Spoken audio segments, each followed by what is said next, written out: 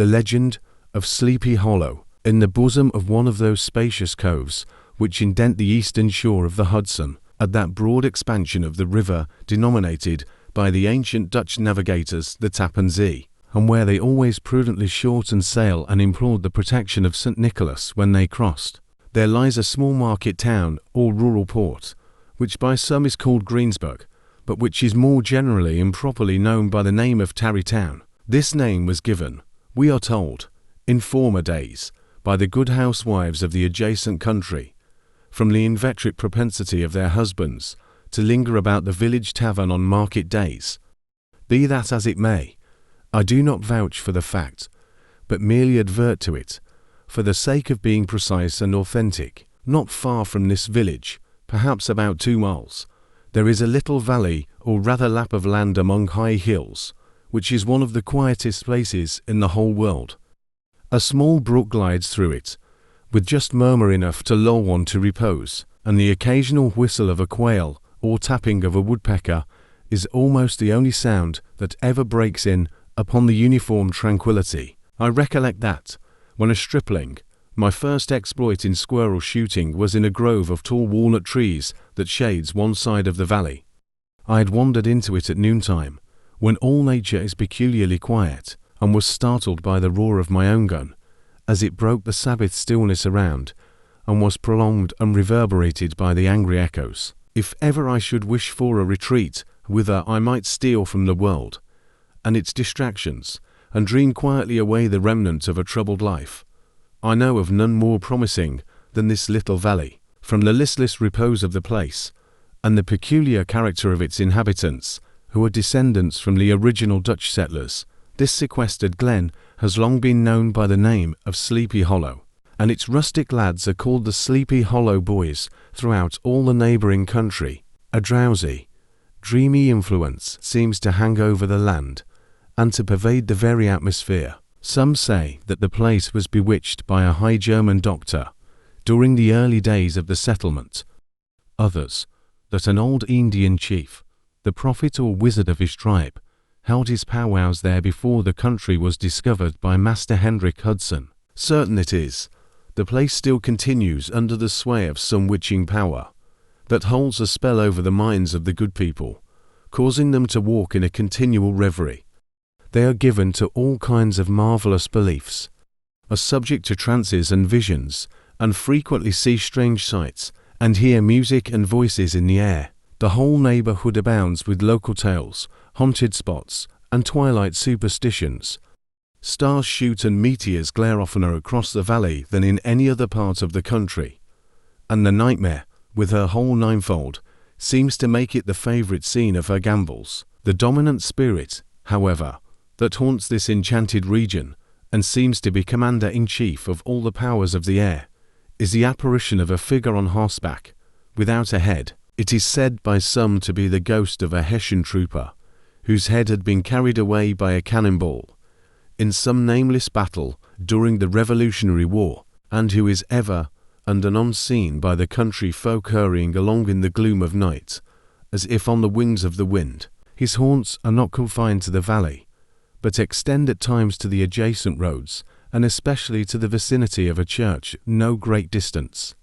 Indeed, certain of the most authentic historians of those parts, who have been careful in collecting and collating the floating facts concerning this spectre, allege that the body of the trooper having been buried in the churchyard, the ghost rides forth to the scene of battle in quest of his head, and that the rushing speed with which he sometimes passes along the hollow, like a midnight blast, is owing to his being belated, and in a hurry to get back to the churchyard before daybreak. Such is the general purport of this legendary superstition, which has furnished materials for many a wild story in that region of shadows, and the spectre is known at all the country firesides by the name of the Headless Horseman of Sleepy Hollow. It is remarkable that the visionary propensity have mentioned is not confined to the native inhabitants of the valley, but is unconsciously imbibed by everyone who resides there for a time. However wide awake they may have been before they entered that sleepy region, they are sure, in a little time, to inhale the witching influence of the air, and begin to grow imaginative, to dream dreams and see apparitions. I mention this peaceful spot with all possible reward for it is in such little retired Dutch valleys, found here and there embosomed in the great state of New York, that population, manners, and customs remain fixed, while the great torrent of migration and improvement, which is making such incessant changes in other parts of this restless country, sweeps by them unobserved. They are like those little nooks of still water which border a rapid stream, where we may see the straw and bubble riding quietly at anchor, or slowly revolving in their mimic harbour, undisturbed by the rush of the passing current. Though many years have elapsed since I trod the drowsy shades of Sleepy Hollow, yet I question whether I should not still find the same trees and the same families vegetating in its sheltered bosom. In this by-place of nature there abode, in a remote period of American history, that is to say, some 30 years since, a worthy wight of the name of Ichabod Crane, who sojourned, or, as he expressed it, tarried, in Sleepy Hollow, for the purpose of instructing the children of the vicinity. He was a native of Connecticut, a state which supplies the Union with pioneers for the mind, as well as for the forest, and sends forth yearly its legions of frontier woodmen and country schoolmasters. The cognomen of Crane was not inapplicable to his person. He was tall, but exceedingly lank, with narrow shoulders, long arms and legs, hands that dangled a mile out of his sleeves, feet that might have served for shovels, and his whole frame most loosely hung together. His head was small, and flat at top, with huge ears, large green glassy eyes, and a long snide nose, so that it looked like a weathercock perched upon his spindle neck to tell which way the wind blew. To see him striding along the profile of a hill on a windy day, with his clothes bagging and fluttering about him, one might have mistaken him for the genius of famine descending upon the earth, or some scarecrow eloped from a cornfield. His schoolhouse was a low building of one large room, rudely constructed of logs, the windows partly glazed and partly patched with leaves of old copybooks. It was most ingeniously secured at vacant hours by an asterisk with twisted in the handle of the door, and stakes set against the window shutters, so that though a thief might get in with perfect ease, he would find some embarrassment in getting out, an idea most probably borrowed by the architect Joost van Houten from the mystery of an eel pot. The schoolhouse stood in a rather lonely but pleasant situation, just at the foot of a woody hill, with a brook running close by, and a formidable birch tree growing at one end of it. From hence the low murmur of his pupils' voices, conning over their lessons, might be heard in a drowsy summer's day, like the hum of a beehive, interrupted now and then by the authoritative voice of the master, in the tone of menace or command, or, peradventure, by the appalling sound of the birch, as he urged some tardy loiterer along the flowery path of knowledge. Truth to say, he was a conscientious man, and ever bore in mind the golden maxim, spare the rod and spoil the child. Ichabod Crane's scholars certainly were not spoiled. I would not have it imagined, however, that he was one of those cruel potentates of the school who joy in the smart of their subjects.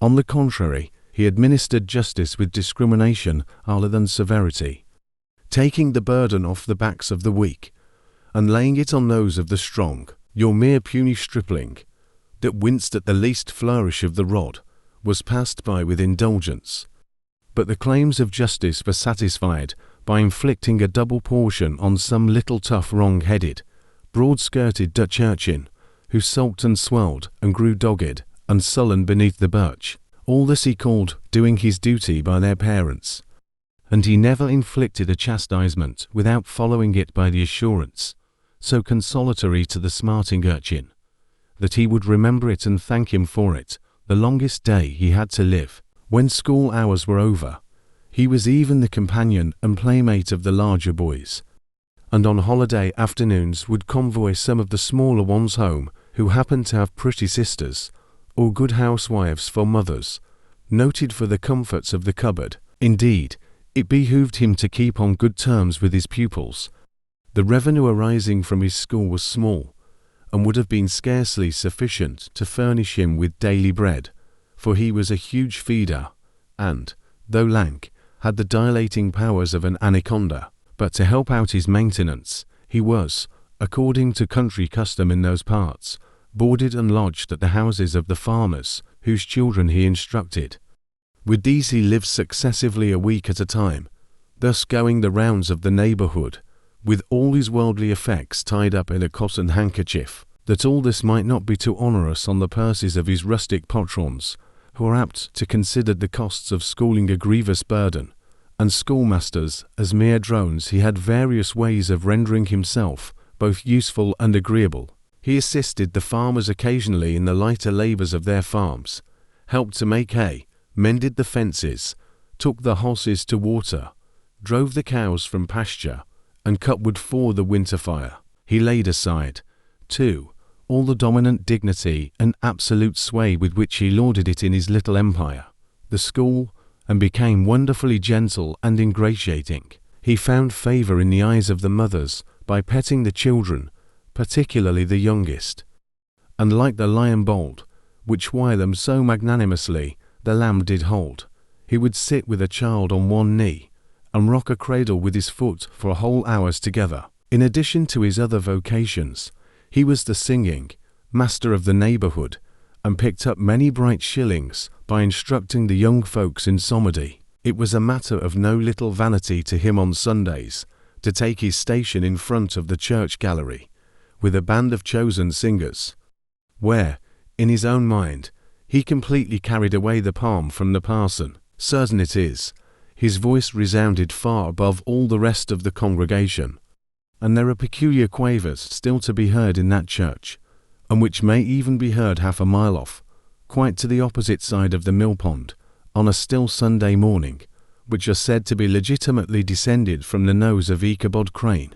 Thus, by divers little makeshifts, in that ingenious way which is commonly denominated by hook and by crook, the worthy pedagogue got on tolerably enough, and was thought, by all who understood nothing of the labour of head work, to have a wonderfully easy life of it. The schoolmaster is generally a man of some importance in the female circle of a rural neighbourhood, being considered a kind of idle, gentlemanlike personage, of vastly superior taste and accomplishments to the rough country swains, and, indeed, inferior in learning only to the parson. His appearance, therefore, is apt to occasion some little stir at the tea-table of a farmhouse, and the addition of a supernumerary dish of cakes or sweetmeats, or, peradventure, the parade of a silver teapot. Our man of letters, therefore, was peculiarly happy in the smiles of all the country damsels.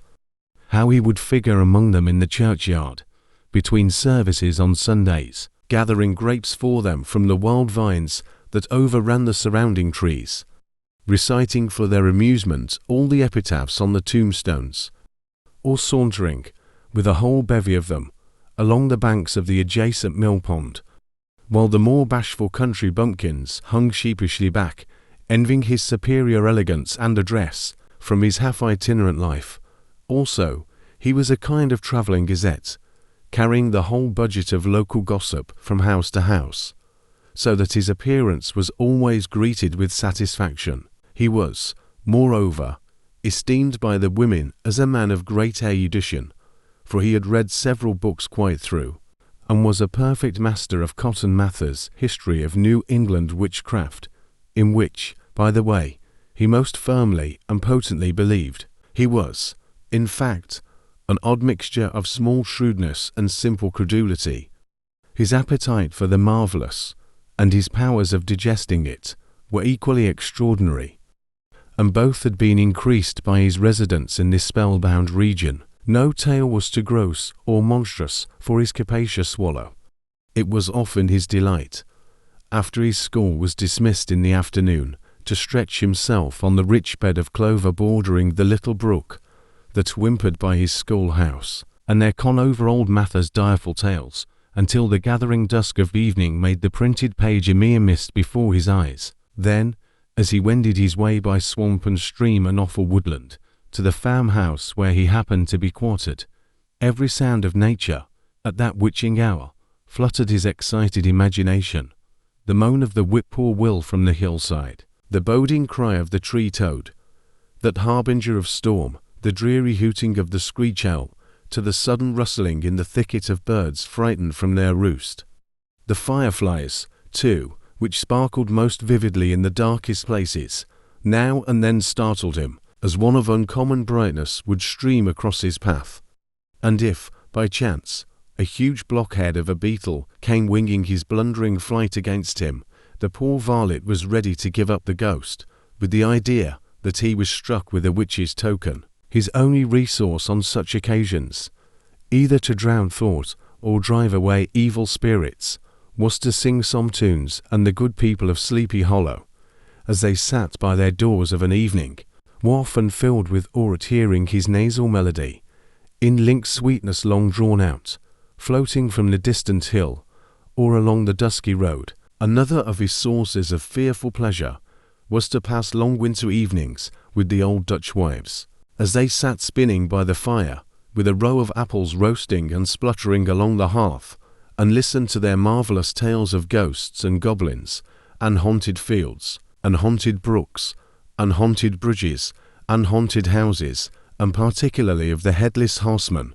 or galloping Hessian of the Hollow, as they sometimes called him. He would delight them equally by his anecdotes of witchcraft, and of the direful omens and portentous sights and sounds in the air, which prevailed in the earlier times of Connecticut, and would frighten them woefully with speculations upon comets and shooting stars, and with the alarming fact that the world did absolutely turn round, and that they were half the time topsy-turvy. But if there was a pleasure in all this, while snugly cuddling in the chimney corner of a chamber that was all of a ruddy glow from the crackling wood fire, and where, of course, no spectre dared to show its face, it was dearly purchased by the terrors of his subsequent walk homewards. What fearful shapes and shadows beset his path, amidst the dim and ghastly glare of a snowy night! With what wistful look did he eye every trembling ray of light streaming across the waste fields from some distant window! How often was he appalled by some shrub covered with snow, which, like a sheeted spectre, beset his very path!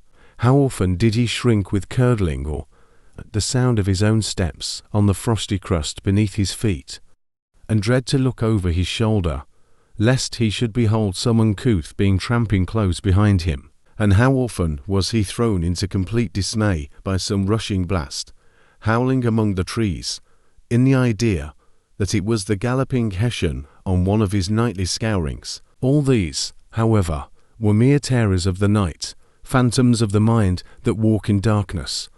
And though he had seen many spectres in his time, and been more than once beset by Satan in divers shapes, in his lonely perambulations, yet daylight put an end to all these evils, and he would have passed a pleasant life of it, in despite of the devil and all his works, if his path had not been crossed by a being that causes more perplexity to mortal man than ghosts, goblins, and the whole race of witches put together, and that was the woman. Among the musical disciples who assembled one evening in each week to receive his instructions in psalmody was Katrina Van Tassel, the daughter and only child of a substantial Dutch farmer.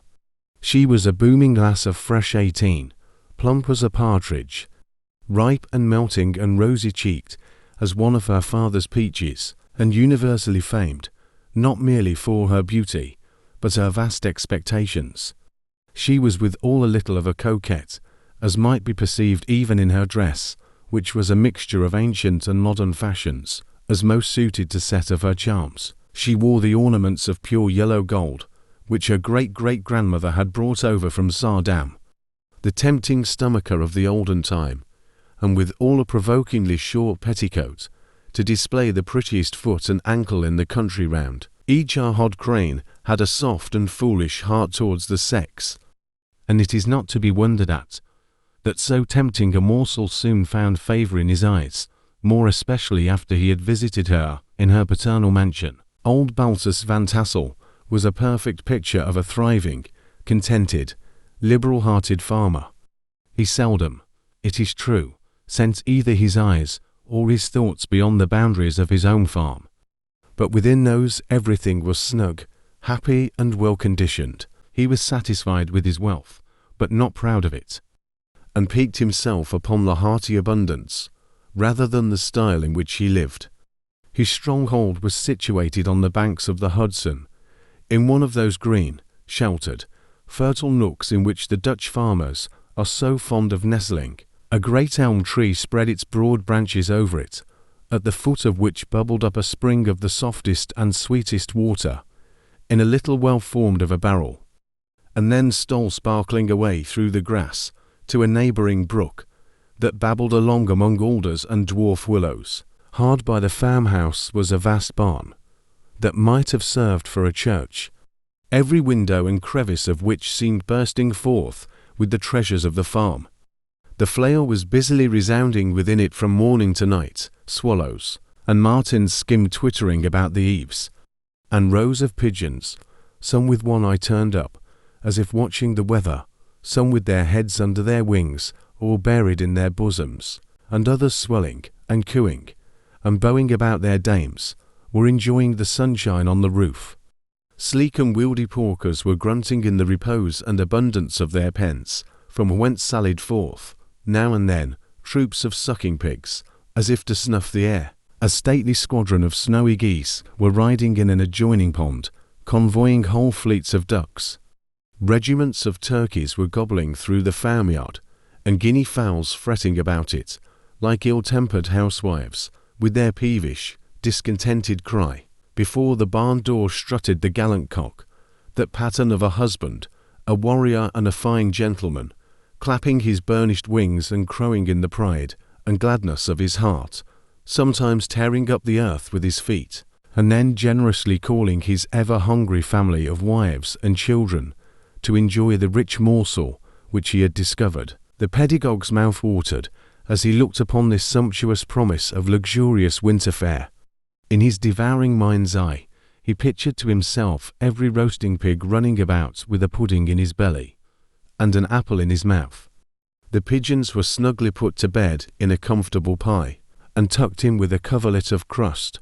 The geese were swimming in their own gravy, and the ducks pairing cosily in dishes, like snug married couples, with a decent competency of onion sauce. In the porkers he saw carved out the future sleek side of bacon, and juicy relishing ham. Not a turkey, but he beheld daintily trussed up, with its gizzard under its wing, and, peradventure, a necklace of savoury sausages, and even bright Chanticleer himself lay sprawling on his back, in a side dish, with uplifted claws, as if craving that quarter which his chivalrous spirit disdained to ask while living. As the enraptured Ichabod fancied all this, and as he rolled his great green eyes over the fat meadow lands, the rich fields of wheat, of rye, of buckwheat, and Indian corn, and the orchards burdened with ruddy fruit, which surrounded the warm tenement of Van Tassel, his heart yearned after the damsel who was to inherit these domains, and his imagination expanded with the idea how they might be readily turned into cash, and the money invested in immense tracts of wild land, and shingle palaces in the wilderness. Nay, his busy fancy already realized his hopes, and presented to him the blooming Katrina, with a whole family of children, mounted on the top of a wagon loaded with household trumpery, with pots and kettles dangling beneath. And he beheld himself bestriding a pacing mare, with a colt at her heels, setting out for Kentucky, Tennessee, or the Lord knows where. When he entered the house, the conquest of his heart was complete. It was one of those spacious farmhouses, with high, ridged, but lowly sloping roofs, built in the style handed down from the first Dutch settlers. The low projecting eaves, forming a piazza along the front, capable of being closed up in bad weather.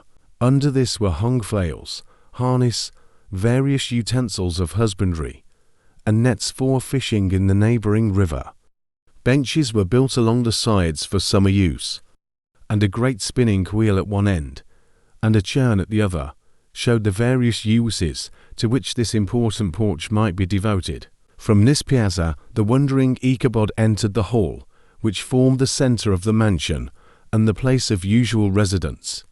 Here rows of resplendent pewter, ranged on a long dresser, dazzled his eyes. In one corner stood a huge bag of wool, ready to be spun. In another, a quantity of linsey-woolsey just from the loom.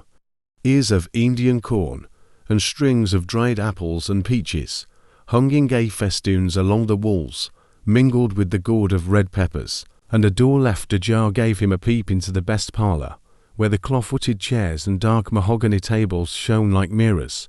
Andirons, with their accompanying shovel and tongs, glistened from their covert of asparagus tops. Mock oranges and conch shells decorated the mantelpiece. Strings of various coloured birds' eggs were suspended above it. A great ostrich egg was hung from the centre of the room, and a corner cupboard, knowingly left open, displayed immense treasures of old silver and well-mended china. From the moment Ichabod laid his eyes upon these regions of delight, the peace of his mind was at an end, and his only study was how to gain the affections of the peerless daughter of Van Tassel. In this enterprise, however, he had more real difficulties than generally fell to the lot of a knight-errant of yore, who seldom had anything but giants, enchanters, fiery dragons, and such like easily conquered adversaries to contend with, and had to make his way merely through gates of iron and brass, and walls of adamant to the castle keep, where the lady of his heart was confined, all which he achieved as easily as a man would carve his way to the centre of a Christmas pie. And then the lady gave him her hand as a matter of course. Ichabod, on the contrary, had to win his way to the heart of a country coquette, beset with a labyrinth of whims and caprices, which were forever presenting new difficulties and impediments, and he had to encounter a host of fearful adversaries of real flesh and blood, the numerous rustic admirers who beset every portal to her heart, keeping a watchful and angry eye upon each other, but ready to fly out in the common cause against any new competitor. Among these, the most formidable was a burly, roaring, roistering blade of the name of Abraham, or, according to the Dutch abbreviation, Brom van Brunt, the hero of the country round, which rang with his feats of strength and hardihood. He was broad-shouldered and double-jointed, with short curly black hair, and a bluff but not unpleasant countenance, having a mingled air of fun and arrogance. From his Herculean frame and great powers of limb, he had received the nickname of Brom Bones, by which he was universally known. He was famed for great knowledge and skill in horsemanship, being as dexterous on horseback as a tarzer. He was foremost at all races and cockfights, and, with the ascendancy which bodily strength always acquires in rustic life, was the umpire in all disputes, setting his hat on one side, and giving his decisions with an air and tone that admitted of no gainsay or appeal. He was always ready for either a fight or a frolic, but had more mischief than ill will in his composition, and with all his overbearing roughness, there was a strong dash of waggish good humour at bottom. He had 3 or 4 boon companions, who regarded him as their model, and at the head of whom he scoured the country, attending every scene of feud or merriment for miles round. In cold weather he was distinguished by a fur cap, surmounted with a flaunting fox's tail, and when the folks at a country gathering descried this well-known crest at a distance, whisking about among a squad of hard riders, they always stood by for a squall. Sometimes his crew would be heard dashing along past the farmhouses at midnight, with hoop and halloo, like a troop of Don Cossacks, and the old dames, startled out of their sleep, would listen for a moment till the hurry-scurry had clattered by, and then exclaim, "Ay, there goes Brom Bones and his gang."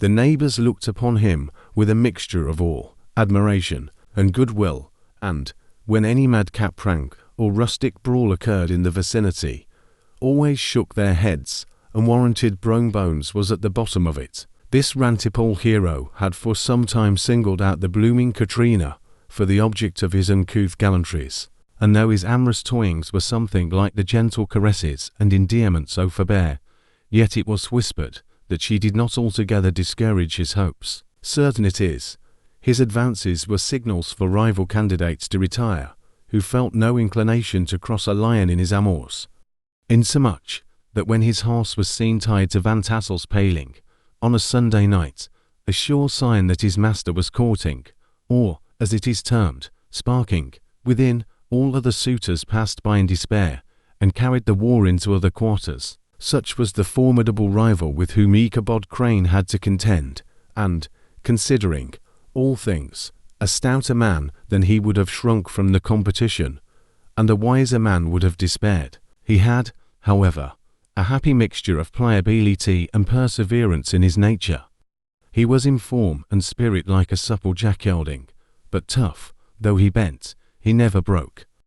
And though he bowed beneath the slightest pressure, yet, the moment it was away, a jerk, he was as erect, and carried his head as high as ever. To have taken the field openly against his rival would have been madness, for he was not a man to be thwarted in his amours, any more than that stormy lover, Achilles. Ichabod, therefore, made his advances in a quiet and gently insinuating manner. Under cover of his character of singing master, he made frequent visits at the farmhouse. Not that he had anything to apprehend from the meddlesome interference of parents, which is so often a stumbling block in the path of lovers. Bolt Van Tassel was an easy, indulgent soul. He loved his daughter better even than his pipe, and, like a reasonable man and an excellent father, let her have her way in everything. His notable little wife, too, had enough to do to attend to her housekeeping and manage her poultry. For, as she sagely observed, ducks and geese are foolish things, and must be looked after, but girls can take care of themselves. Thus, while the busy dame bustled about the house, or plied her spinning wheel one end of the piazza, honest Bolt would sit smoking his evening pipe at the other, watching the achievements of a little wooden warrior, who, armed with a sword in each hand, was most valiantly fighting the wind on the pinnacle of the barn. In the meantime, Ichabod would carry on his suit with the daughter by the side of the spring under the great elm, or sauntering along in the twilight, that hour so favourable to the lover's eloquence. I profess not to know how women's hearts are wooed and won. To me they have always been matters of riddle and admiration. Some seem to have but one vulnerable point, or door of access, while others have 1,000 avenues, and may be captured in 1,000 different ways. It is a great triumph of skill to gain the former, but a still greater proof of generalship to maintain possession of the latter, for man must battle for his fortress at every door and window. He who wins 1,000 common hearts is therefore entitled to some renown, but he who keeps undisputed sway over the heart of a coquette is indeed a hero. Certain it is, this was not the case with the redoubtable Brom Bones, and from the moment Ichabod Crane made his advances, the interests of the former evidently declined. His horse was no longer seen tied to the palings on Sunday nights, and a deadly feud gradually arose between him and the preceptor of Sleepy Hollow. Brom, who had a degree of rough chivalry in his nature, would fain have carried matters to open warfare, and have settled their pretensions to the lady, according to the mode of those most concise and simple reasoners, the knights errant of yore, by single combat. But Labid was too conscious of the superior might of his adversary to enter the lists against him. He had overheard a boast of Bones, that he would double the schoolmaster up, and lay him on a shelf of his own schoolhouse, and he was too wary to give him an opportunity. There was something extremely provoking in this obstinately pacific system. It left Brom no alternative but to draw upon the funds of rustic waggery and his disposition, and to play off boorish practical jokes upon his rival. Ichabod became the object of whimsical persecution to Bones and his gang of rough riders. They harried his hitherto peaceful domains, smoked out his singing, scolded by stopping up the chimney, broke into the schoolhouse at night, in spite of its formidable fastenings of withe and window stakes, and turned everything topsy-turvy, so that the poor schoolmaster began to think all the witches in the country held their meetings there. But what was still more annoying, Brom took all opportunities of turning him into ridicule in presence of his mistress, and had a scoundrel dog, whom he taught to whine in the most ludicrous manner, and introduced as a rival of Ichabod's, to instruct her in psalmody. In this way matters went on for some time, without producing any material effect on the relative situations of the contending powers. On a fine autumnal afternoon, Ichabod, in pensive mood, sat enthroned on the lofty stool, from whence he usually watched all the concerns of his little literary realm. In his hand he swayed a ferule, that sceptre of despotic power.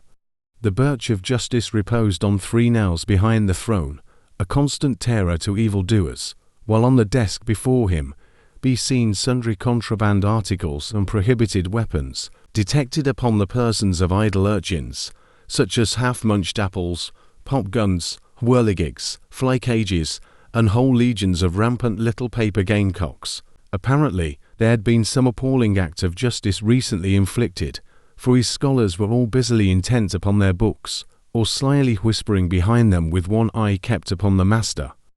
And a kind of buzzing stillness reigned throughout the schoolroom.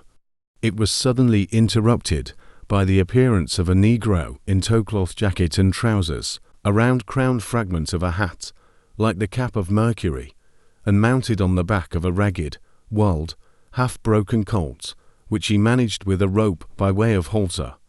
He came clattering up to the school door with an invitation to Ichabod to attend a merry, making or quilting frolic, to be held that evening at Mynheer Van Tassel's, and having delivered his message with that air of importance and effort at fine language which a negro is apt to display on petty embassies of the kind, he dashed over the brook, and was seen scampering away up the hollow, full of the importance and hurry of his mission. All was now bustle and hubbub in the late quiet schoolroom. The scholars were hurried through their lessons without stopping at trifles. Those who were nimble skipped over half with impunity, and those who were tardy had a smart application now and then in the rear to quicken their speed or help them over a tall word. Books were flung aside without being put away on the shelves, inkstands were overturned, benches thrown down, and the whole school was turned loose an hour before the usual time, bursting forth like a legion of young imps, yelping and racketing about the green in joy of their early emancipation. The gallant Ichabod now spent at least an extra half-hour at his toilet, brushing and furbishing up his best, and indeed only suit of rusty black, and arranging his locks by a bit of broken looking-glass that hung up in the schoolhouse, that he might make his appearance before his mistress in the true style of a cavalier. He borrowed a horse from the farmer with whom he was domiciliated, a choleric old Dutchman of the name of Hans van Ripper, and, thus gallantly mounted, issued forth like a knight errant in quest of adventures. But it is meet I should, in the true spirit of romantic story, give some account of the looks and equipments of my hero and his steed. The animal he bestrode was a broken-down plough-horse, that had outlived almost everything but its viciousness. He was gaunt and shagged, with a neck and a head like a hammer. His rusty mane and tail were tangled and knotted with burrs. One eye had lost its pupil, and was glaring and spectral, but the other had the gleam of a genuine devil in it. Still he must have had fire and metal in his day, if we may judge from the name he bore of gunpowder. He had, in fact, been a favourite steed of his master's, the choleric Van Ripper, who was a furious rider, and had infused, very probably, some of his own spirit into the animal. For, old and broken down as he looked, there was more of the lurking devil in him than in any young filly in the country. Ichabod was a suitable figure for such a steed. He rode with short stirrups, which brought his knees nearly up to the pommel of the saddle. His sharp elbows stuck out like grasshoppers. He carried his whip perpendicularly in his hand, like a sceptre, and as his horse jogged on, the motion of his arms was not unlike the flapping of a pair of wings. A small bullet rested on the top of his nose, for so his scanty strip of forehead might be called, and the skirts of his black coat fluttered out almost to the horse's tail. Such was the appearance of Ichabod and his steed as they shambled out of the gate of Hans van Ripper, and it was altogether such an apparition as is seldom to be met with in broad daylight. It was, as I have said, a fine autumnal day.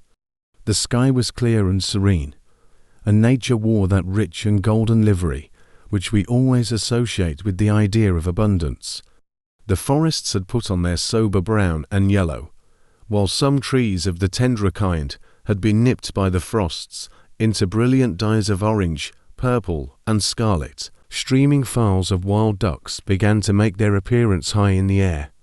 The bark of the squirrel might be heard from the groves of beech and hickory, nuts, and the pensive whistle of the quail at intervals from the neighboring stubble field. The small birds were taking their farewell banquets.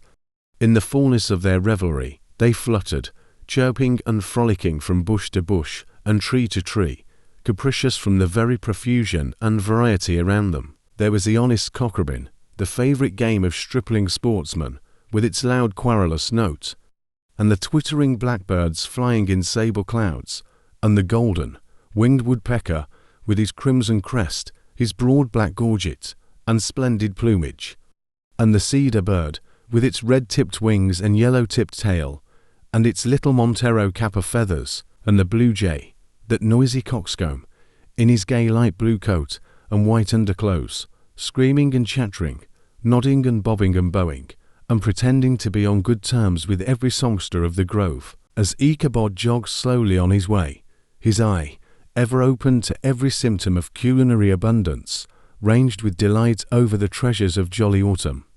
On all sides he beheld vast store of apples, some hanging in oppressive opulence on the trees, some gathered into baskets and barrels for the market, others heaped up in rich piles for the cider press. Farther on he beheld great fields of Indian corn, with its golden ears peeping from their leafy coverts, and holding out the promise of cakes and hasty pudding, and the yellow pumpkins lying beneath them, turning up their fair round bellies to the sun, and giving ample prospects of the most luxurious of pies. And anon he passed the fragrant buckwheat fields, breathing the odour of the beehive, and as he beheld them, soft anticipations stole over his mind of dainty slapjacks, well buttered, and garnished with honey or treacle, by the delicate little dimpled hand of Katrina Van Tassel. Thus feeding his mind with many sweet thoughts and sugared suppositions, he journeyed along the sides of a range of hills, which look out upon some of the goodly scenes of the mighty Hudson.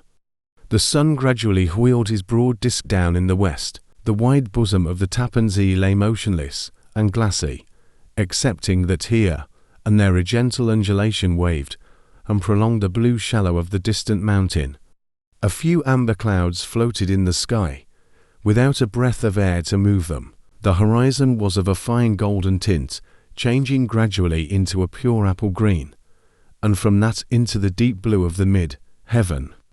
A slanting railingard on the woody crests of the precipices that overhung some parts of the river, giving greater depth to the dark grey and purple of their rocky sides.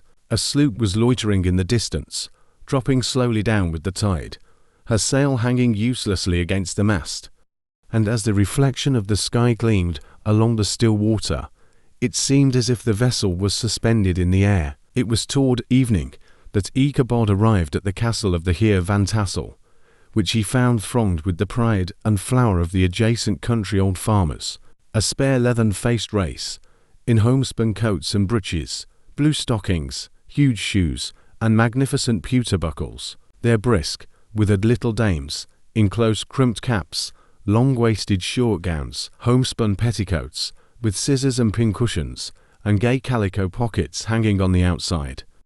Buxom lasses, almost as antiquated as their mothers, excepting wear a straw hat, a fine ribbon, or perhaps a white frock, gave symptoms of city innovation. The sons, in short square-skirted coats, with rows of stupendous brass buttons, and their hair generally queued in the fashion of the times, especially if they could procure an eel skin for the purpose, it being esteemed throughout the country as a potent nourisher and strengthener of the hair.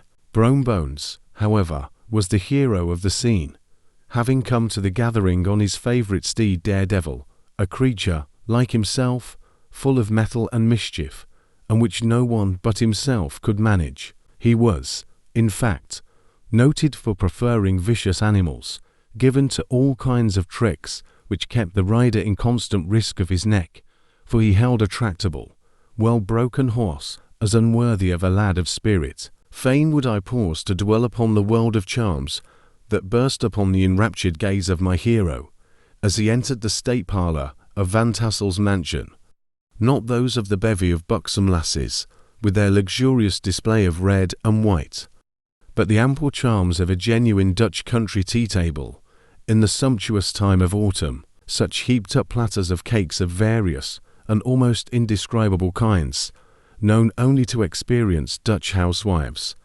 There was the doughty donut, the tender olijkoek, and the crisp and crumbling cruller.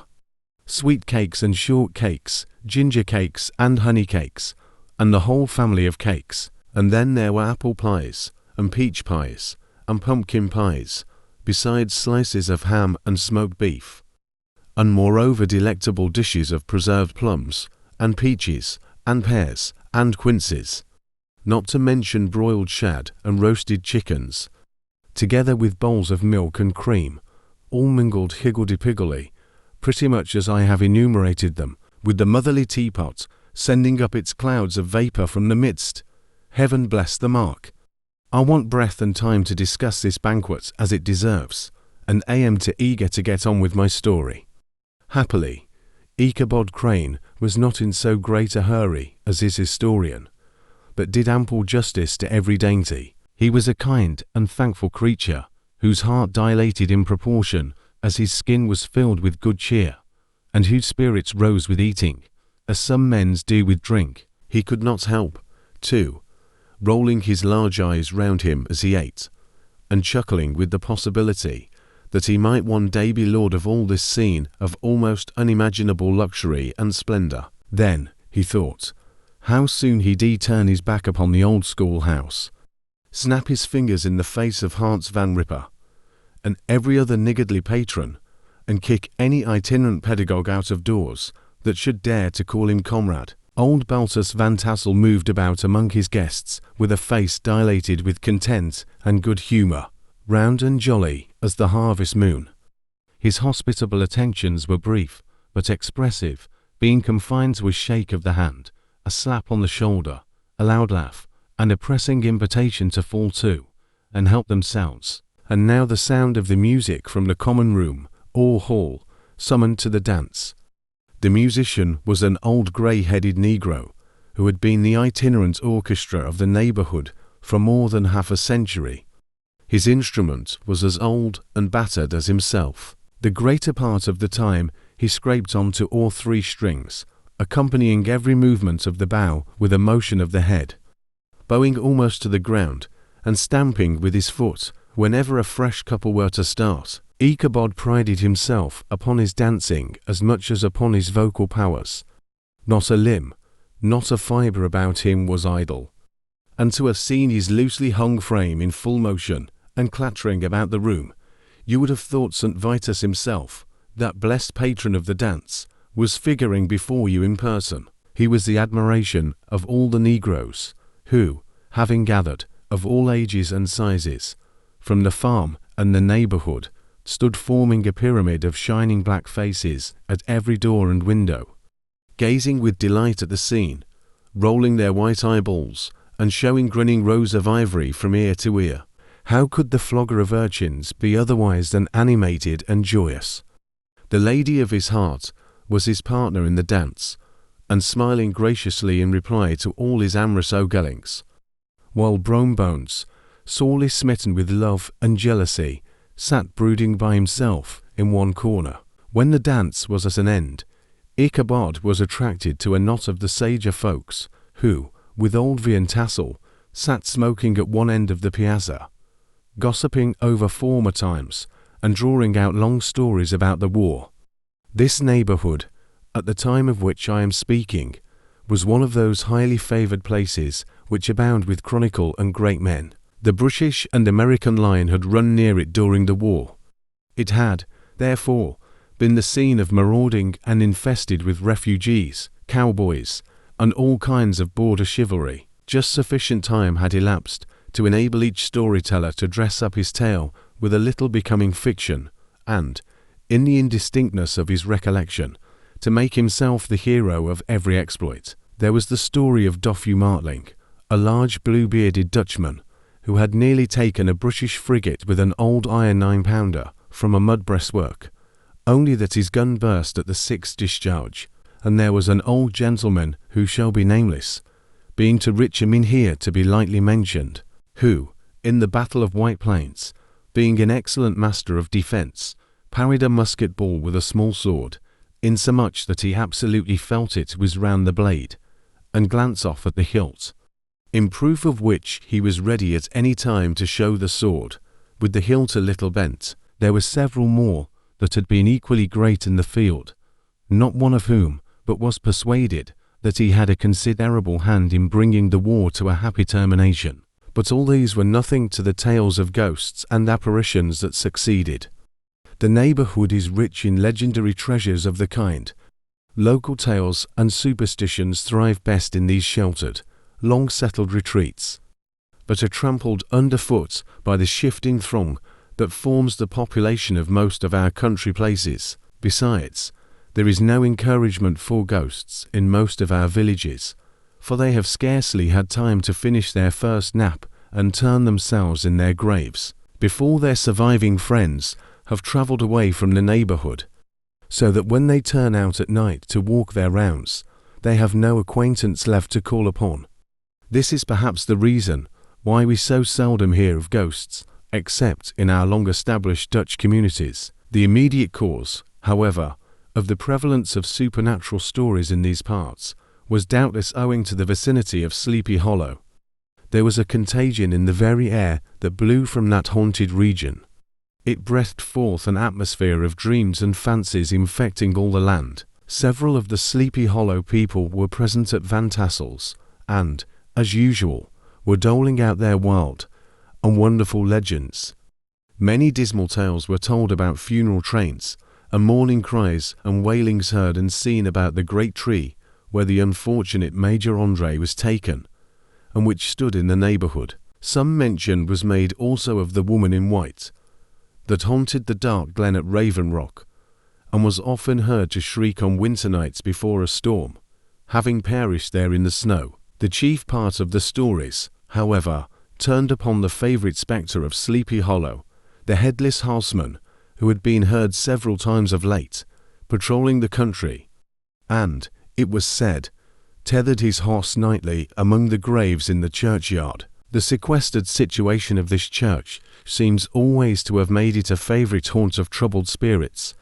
It stands on a knoll, surrounded by locust trees and lofty elms, from among which its decent, whitewashed walls shine modestly forth, like Christian purity beaming through the shades of retirement. A gentle slope descends from it to a silver sheet of water, bordered by high trees, between which peeps may be caught at the blue hills of the Hudson.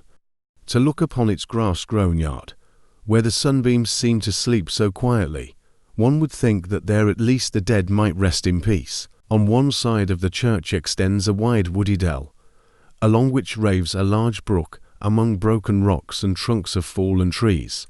Over a deep black part of the stream, not far from the church, was formerly thrown a wooden bridge.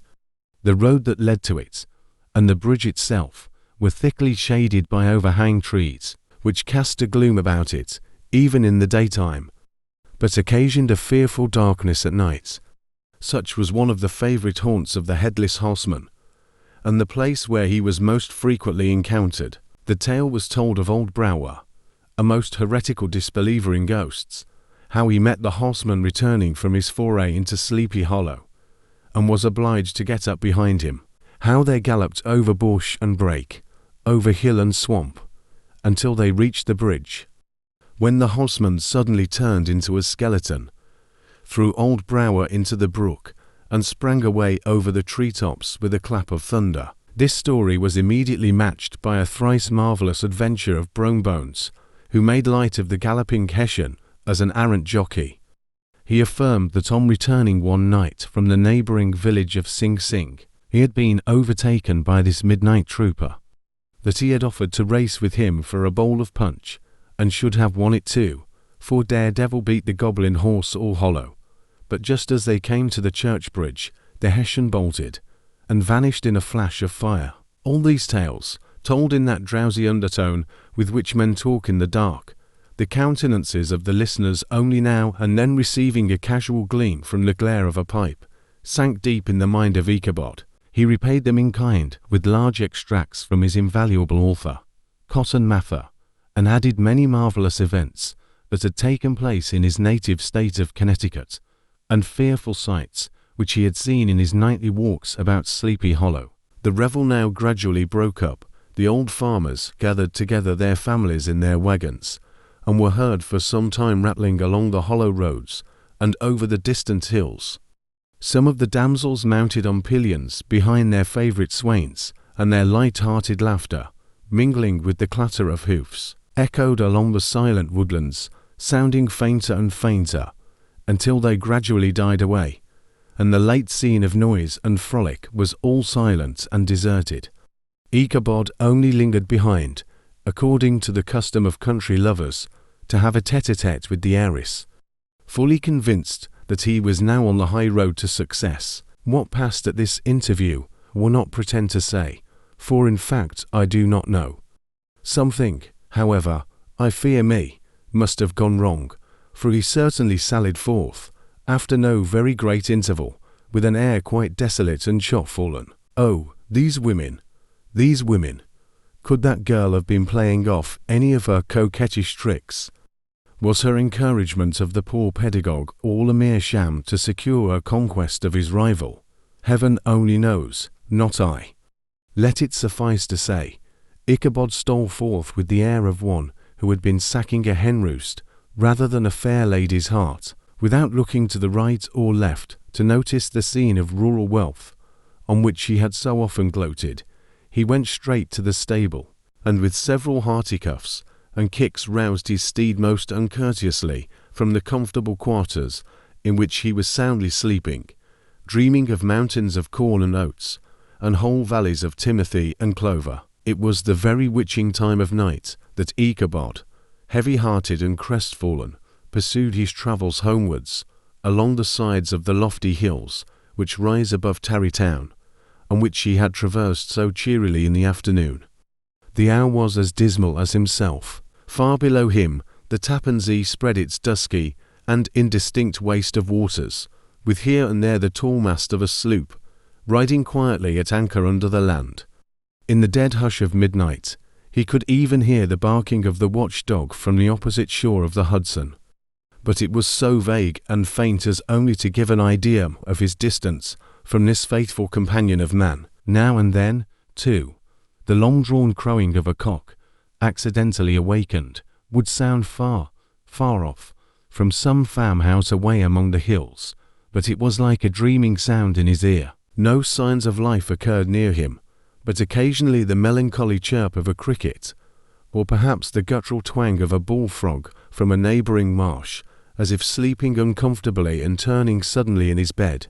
All the stories of ghosts and goblins that he had heard in the afternoon now came crowding upon his recollection. The night grew darker and darker, the stars seemed to sink deeper in the sky, and driving clouds occasionally hid them from his sight. He had never felt so lonely and dismal. He was, moreover, approaching the very place where many of the scenes of the ghost stories had been laid. In the centre of the road stood an enormous tulip tree, which towered like a giant above all the other trees of the neighbourhood, and formed a kind of landmark. Its limbs were gnarled and fantastic, large enough to form trunks for ordinary trees, twisting down almost to the earth, and rising again into the air. It was connected with the tragical story of the unfortunate André, who had been taken prisoner hard by, and was universally known by the name of Major André's tree. The common people regarded it with a mixture of respect and superstition, partly out of sympathy for the fate of its ill-starred namesake, and partly from the tales of strange sights and doleful lamentations told concerning it. As Ichabod approached this fearful tree, he began to whistle. He thought his whistle was answered. It was but a blast sweeping sharply through the dry branches. As he approached a little nearer, he thought he saw something white hanging in the midst of the tree. He paused and ceased whistling, but, on looking more narrowly, perceived that it was a place where the tree had been scathed by lightning, and the whitewood laid bare. Suddenly he heard a groan, his teeth chattered, and his knees smote against the saddle. It was but the rubbing of one huge bough upon another, as they were swayed about by the breeze. He passed the tree in safety, but new perils lay before him. About 200 yards from the tree, a small brook crossed the road and ran into a marshy and thickly wooded glen, known by the name of Wiley's Swamp. A few rough logs, laid side by side, served for a bridge over this stream. On that side of the road, where the brook entered the wood, a group of oaks and chestnuts, matted thick with wild grapevines, threw a cavernous gloom over it. To pass this bridge was the severest trial. It was at this identical spot that the unfortunate Andre was captured, and under the covert of those chestnuts and vines were the sturdy yeomen concealed who surprised him. This has ever since been considered a haunted stream, and fearful are the feelings of the schoolboy who has to pass it alone after dark. As he approached the stream, his heart began to thump. He summoned up, however, all his resolution, gave his horse half a score of kicks in the ribs, and attempted to dash briskly across the bridge. But instead of starting forward, the perverse old animal made a lateral movement, and ran broadside against the fence. Ichabod, whose fears increased with the delay, jerked the reins on the other side, and kicked lustily with the contrary foot. It was all in vain.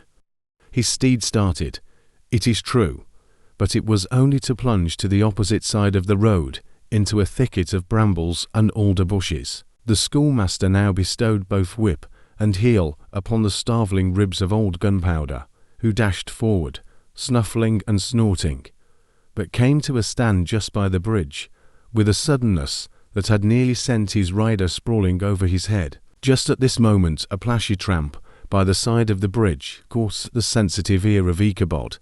In the dark shadow of the grove, on the margin of the brook, he beheld something huge, misshapen and towering.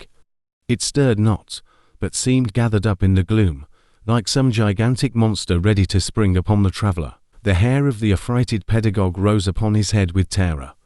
What was to be done? To turn and fly was now too late. And besides, what chance was there of escaping ghost or goblin, if such it was, which could ride upon the wings of the wind? Summoning up, therefore, a show of courage, he demanded in stammering accents, "Who are you?" He received no reply. He repeated his demand in a still more agitated voice. Still there was no answer. Once more he cudgelled the sides of the inflexible Gunpowder, and, shutting his eyes, broke forth with involuntary fervour into a psalm tune. Just then the shadowy object of alarm put itself in motion, and with a scramble and a bound stood at once in the middle of the road. Though the night was dark and dismal, yet the form of the unknown had now in some degree been ascertained. He appeared to be a horseman of large dimensions, and mounted on a black horse of powerful frame. He made no offer of molestation or sociability, but kept aloof on one side of the road, jogging along on the blind side of old Gunpowder, who had now got over his fright and waywardness. Ichabod, who had no relish for this strange midnight companion, and bethought himself of the adventure of Brom Bones with the galloping Hessian, now quickened his steed in hopes of leaving him behind. The stranger, however, quickened his horse to an equal pace. Ichabod pulled up, and fell into a walk. Thinking to lag behind, the other did the same. His heart began to sink within him. He endeavoured to resume his psalm tune, but his parched tongue clove to the roof of his mouth, and he could not utter a stave. There was something in the moody and dogged silence of this pertinacious companion that was mysterious and appalling. It was soon fearfully accounted for. On mounting a rising ground, which brought the figure of his fellow traveller in relief against the sky, gigantic in height, and muffled in a cloak, Ichabod was horror-struck on perceiving that he was headless. But his horror was still more increased on observing that the head, which should have rested on his shoulders, was carried before him on the pommel of his saddle. His terror rose to desperation. He rained a shower of kicks and blows upon Gunpowder, hoping by a sudden movement to give his companion the slip. But the spectre started full jump with him. Away, then, they dashed through thick and thin, stones flying and sparks flashing at every bound. Ichabod's flimsy garments fluttered in the air as he stretched his long lank body away over his horse's head. In the eagerness of his flight, they had now reached the road which turns off to Sleepy Hollow. But Gunpowder, who seemed possessed with a demon, instead of keeping up it, made an opposite turn, and plunged headlong downhill to the left. This road leads through a sandy hollow shaded by trees for about a quarter of a mile, where it crosses the bridge famous in Goblin story. And just beyond swells the green knoll, on which stands the whitewashed church. As yet the panic of the steed had given his unskilful rider an apparent advantage in the chase, but just as he had got halfway through the hollow, the girths of the saddle gave way, and he felt it slipping from under him. He seized it by the pommel, and endeavoured to hold it firm, but in vain, and had just time to save himself by clasping old Gunpowder round the neck, when the saddle fell to the earth, and he heard it trampled underfoot by his pursuer. For a moment the terror of Hans Van Ripper's wrath passed across his mind, for it was his Sunday saddle, but this was no time for petty fears. The goblin was hard on his haunches, and unskilful rider that he was, he had much ado to maintain his seat, sometimes slipping on one side, sometimes on another, and sometimes jolted on the high ridge of his horse's backbone, with a violence that he verily feared would cleave him asunder. An opening in the trees now cheered him with the hopes that the church bridge was at hand. The wavering reflection of a silver star in the bosom of the brook told him that he was not mistaken. He saw the walls of the church dimly glaring under the trees beyond. He recollected the place where Brom Bones' ghostly competitor had disappeared. "If I can but reach that bridge," thought Ichabod, "I am safe." Just then he heard the black steed panting and blowing close behind him. He even fancied that he felt his hot breath. Another convulsive kick in the ribs, and old Gunpowder sprang upon the bridge. He thundered over the resounding planks. He gained the opposite side. And now Ichabod cast a look behind to see if his pursuer should vanish, according to rule, in a flash of fire and brimstone. Just then he saw the goblin rising in his stirrups, and in the very act of hurling his head at him. Ichabod endeavoured to dodge the horrible missile, but too late. It encountered his cranium with a tremendous crash. He was tumbled headlong into the dust, and Gunpowder, the black steed, and the goblin rider passed by like a whirlwind. The next morning the old horse was found without his saddle, and with the bridle under his feet, soberly cropping the grass at his master's gate. Ichabod did not make his appearance at breakfast. Dinner hour came, but no Ichabod. The boys assembled at the schoolhouse, and strolled idly about the banks of the brook, but no schoolmaster, Hans Van Ripper, now began to feel some uneasiness about the fate of poor Ichabod and his saddle. An inquiry was set on foot, and after diligent investigation they came upon his traces.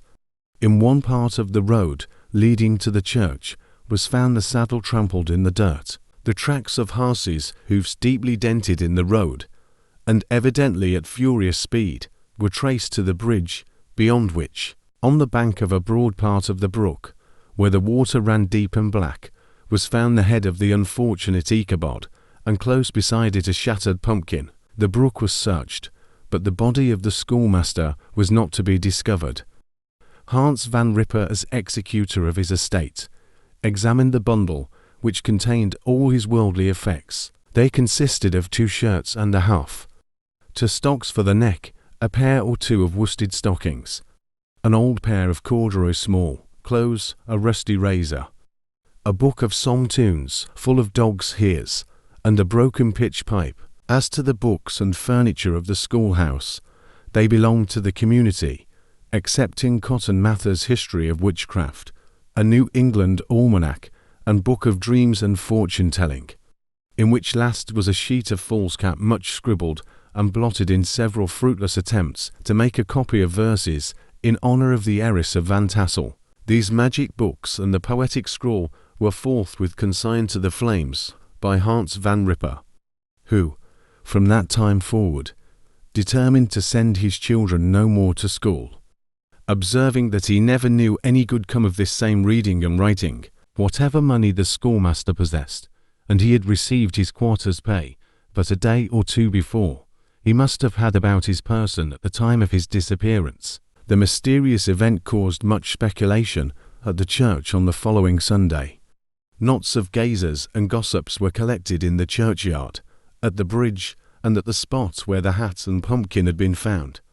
The stories of Brawny, of Bones, and a whole budget of others were called to mind, and when they had diligently considered them all, and compared them with the symptoms of the present case, they shook their heads, and came to the conclusion that Ichabod had been carried off by the galloping Hessian. As he was a bachelor, and in nobody's debt, nobody troubled his head any more about him. The school was removed to a different quarter of the hollow, and another pedagogue reigned in his stead. It is true, an old farmer, who had been down to New York on a visit several years after, and from whom this account of the ghostly adventure was received, brought home the intelligence that Ichabod Crane was still alive, that he had left the neighborhood partly through fear of the goblin and Hans Van Ripper, and partly in mortification at having been suddenly dismissed by the heiress, that he had changed his quarters to a distant part of the country, had kept school and studied law at the same time, had been admitted to the bar, turned politician, electioneered, written for the newspapers, and finally had been made a justice of the £10 court. Brom Bones, too, who, shortly after his rival's disappearance, conducted the blooming Katrina in triumph to the altar, was observed to look exceedingly knowing whenever the story of Ichabod was related,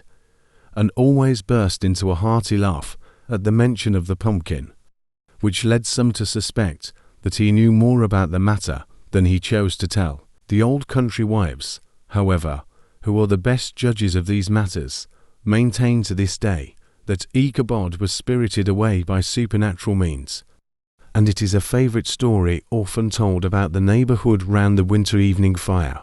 The bridge became more than ever an object of superstitious awe, and that may be the reason why the road has been altered of late years, so as to approach the church by the border of the mill pond. The schoolhouse being deserted soon fell to decay, and was reported to be haunted by the ghost of the unfortunate pedagogue and the ploughboy, loitering homeward of a still summer evening, has often fancied his voice at a distance, chanting a melancholy psalm tune among the tranquil solitudes of Sleepy Hollow. Thanks for watching.